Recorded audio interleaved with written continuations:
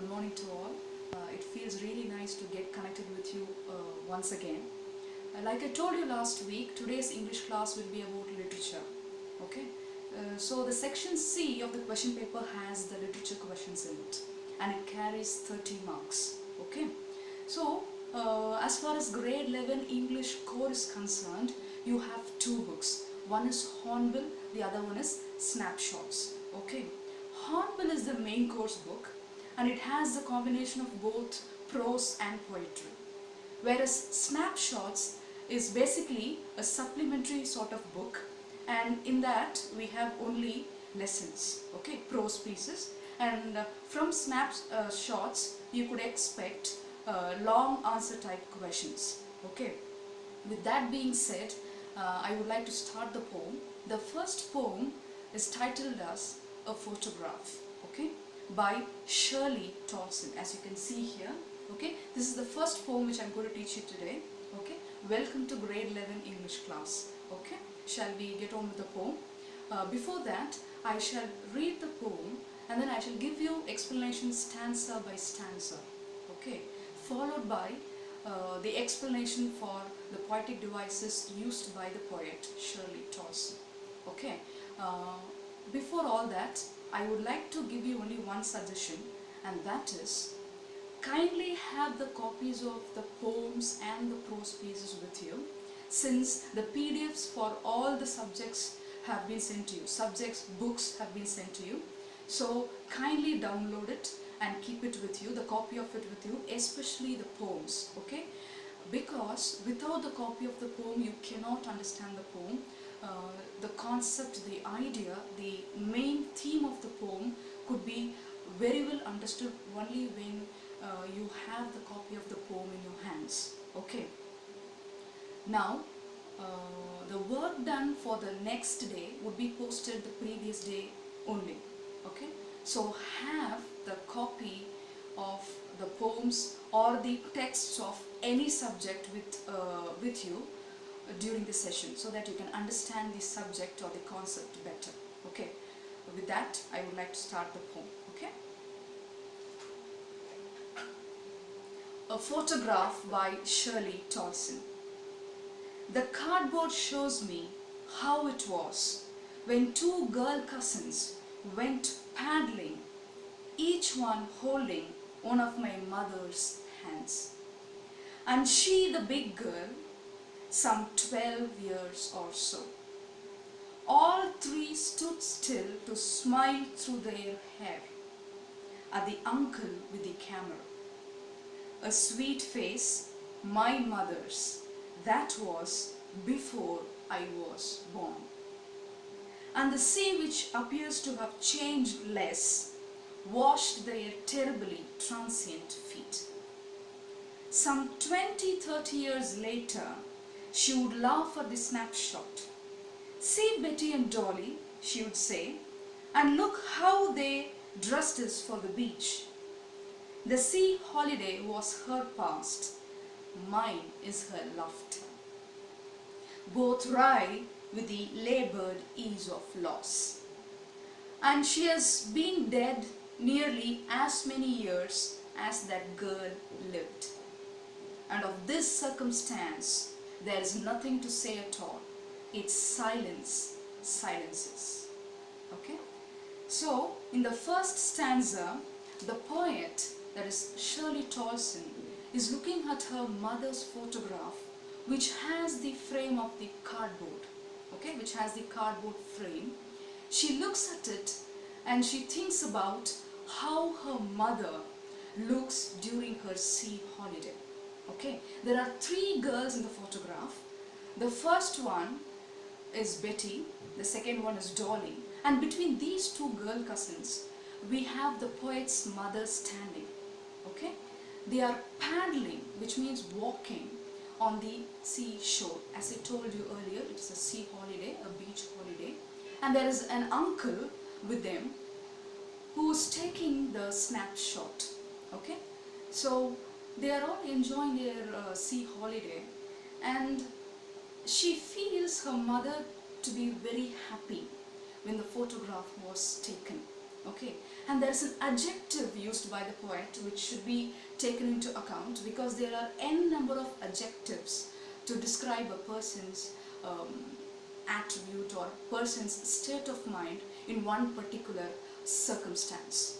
Okay, but you could see the poet using one particular adjective here, and why she is using that. Okay, that is very, very important. Okay, the cardboard shows me how it was when two girl cousins went paddling, each one holding one of my mother's hands, and she the big girl. So obviously she is the big girl, and she is the oldest of them all. Okay, and she is in the middle, and to the right and left of her we have two girl cousins holding her hands and paddling on the beach. Okay, some 12 years or so. So through that line we come to know that is the age of the poet's mother when the photograph was taken. She was around 12 years old.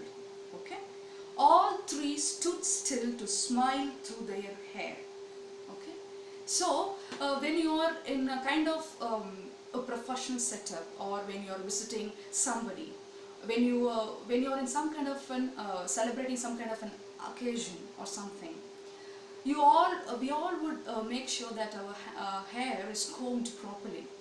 But when we go to sea or water body, be it a lake or a sea or ocean, anything for that matter, we won't mind about our hair. Meaning, we'll be very, very, very carefree.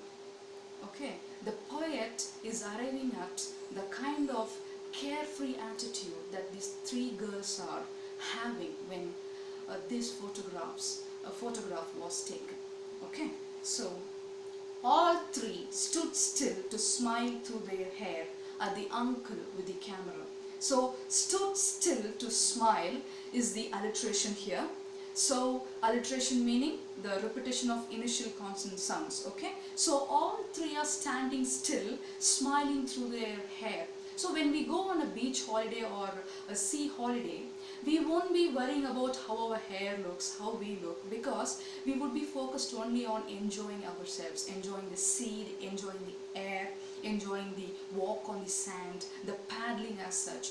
Paddling is a word which is used when we walk along the seashore. Okay, so we don't mind about how we look. Basically, we enjoy the surroundings. In short, we would enjoy our time there. Same way, all these three girls are enjoying their time on a sea holiday. Okay, and there is this uncle who's taking this particular snapshot when all these three girls are walking along the seashore during their sea holiday. Okay, a sweet face, my mother's, that was before I was born. Very important. Okay, so she uses the adjective sweet. Okay, she uses the adjective sweet to describe her mother, because sweet is the adjective sweet, the word sweet per se, we would always use when we describe about the innocence of a person.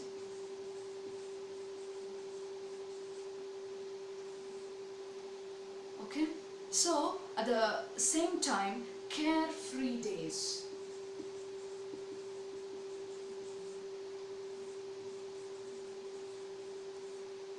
Carefree days of a human. Okay, when we don't have any cares in the world, meaning when we are not burdened with so many responsibilities, we would be very innocent, meaning we won't think about what is going to come next. So these three girls, obviously, who are only 12 or 10 years old, they are retaining their innocence with them, and that's what makes the poet to use this adjective named as sweet here. Okay, a sweet face, my mother's, that was before I was born. Okay, that's what she's saying here. And the sea, which appears to have changed less, washed their terribly transient feet. So beautiful here. And the sea, which appears to have changed less, washed their terribly transient feet. Okay, so here she's trying to compare the lives of these three girls with the life of the sea. Okay, so why is she comparing even? Because the sea as such has not lost its life, or it has not changed in shape or size or color or whatever.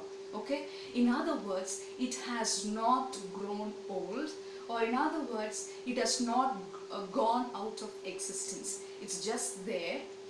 It's just still the same. Okay, when the photograph was taken, the sea was just the same.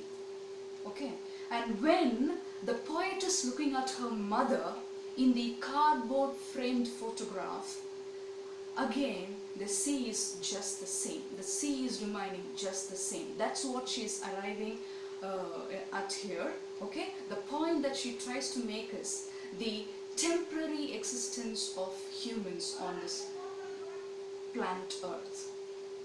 Okay, so the other is the eternal and everlasting life that has been given to something so profound and huge, and that is termed as nature.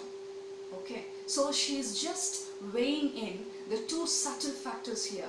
The one is the human life, the other one is the eternal life of nature. Okay, terribly transient feet. She is comparing the sea with their terribly transient feet. So what is the meaning for the word transient here? The meaning for the word transient is temporary. Okay? She herself says, the poet says that the eternal, the changeless, the everlasting sea touches the feet of this terribly transient feet of these three girls, but it manages to remain the same throughout the eternity. That's what she's trying to arrive at. She's also trying to capture the feelings of nostalgia. That is why this poem, A Photograph by Shirley Tolson, can also be said as a poem of nostalgia, or a poem which arouses the feelings of nostalgia in the reader's mind. Okay, so with that being said, I would like to go to the next stanza. Okay, some 20-30 years later, she would laugh at the snapshot. So who would laugh at the snapshot? The mother herself, who was barely a 12-year-old girl in the photograph. Some 30 years later, 20-30 years later, she'll be looking at the exact same photograph, which has the cardboard frame in it. She'll be looking at it and she'll be smiling at it, it seems. Okay, the daughter says here. Okay, so she's saying that she would laugh at the snapshot. See Betty and Dolly, she would say, and look how they dressed as for the beach. So with the one thing that changes every single day or every single month, to be very precise, is the fashion. The fashion of the women especially, it changes very quickly, and it changes on a daily basis. So the mother, obviously, after 20-30 years, she is looking at the photograph and she is having a very lighter moment. Okay, so the sea holiday was her past, mine is her laughter. So she's saying the kind of life that is depicted in the photograph is my mother's past. But what is my past is, that is the poet's past is, my mother's laughter. So this line very clearly says that the poet's mother is not with her anymore. Okay, she has passed from the phase of life from earth, from this phase of life from earth, and that's what she's saying. Okay, that's what she's trying to arrive at here. Okay, the sea holiday was her past, mine is her laughter. Both wry with the labored ease of loss. Okay, so the labored ease of loss, why is she saying that? Because so both is a loss. My mother has lost her laughter.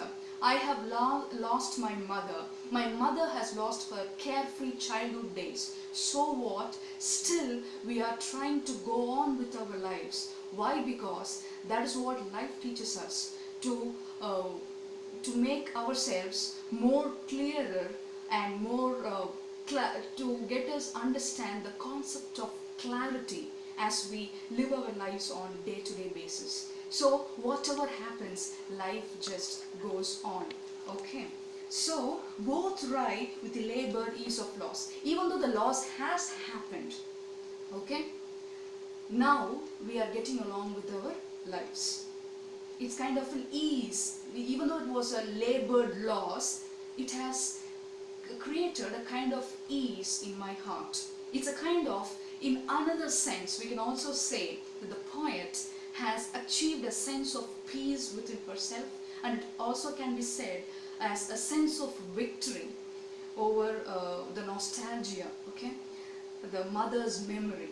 Okay, she is looking at the photograph and she is looking at her mother's past, and in actuality she is also looking at her own past, okay, when her mother was living with her. Okay, now she has been dead nearly as many years as that girl lived, and of this circumstance there is nothing to say at all. It's silence, silences. Okay, now she has been dead nearly as many years as that girl lived. In stanza 1, we come across the line where it says, okay, the girl, the oldest girl, is 12 years old. Okay, she's 12 years old, so we can correlate that information with the information that is provided in the last stanza, that is, the mother has left the poet for nearly 12 years. Okay, so and of this circumstance, the loss of a mother, that's what she's talking about when she says this circumstance. Okay, there's nothing to say at all. It's silence, silences. There's nothing to say at all about the mother's loss now, because it's silence, completely silences everything, because there's no answer for the eventuality called death in our lives. All we can do is we can come to terms with reality, accept the loss with ease, and continue on with our lives. With that, the explanation for all the stanzas of the poem is over. Next, we will be dealing with the poetic devices. Thank you so very much.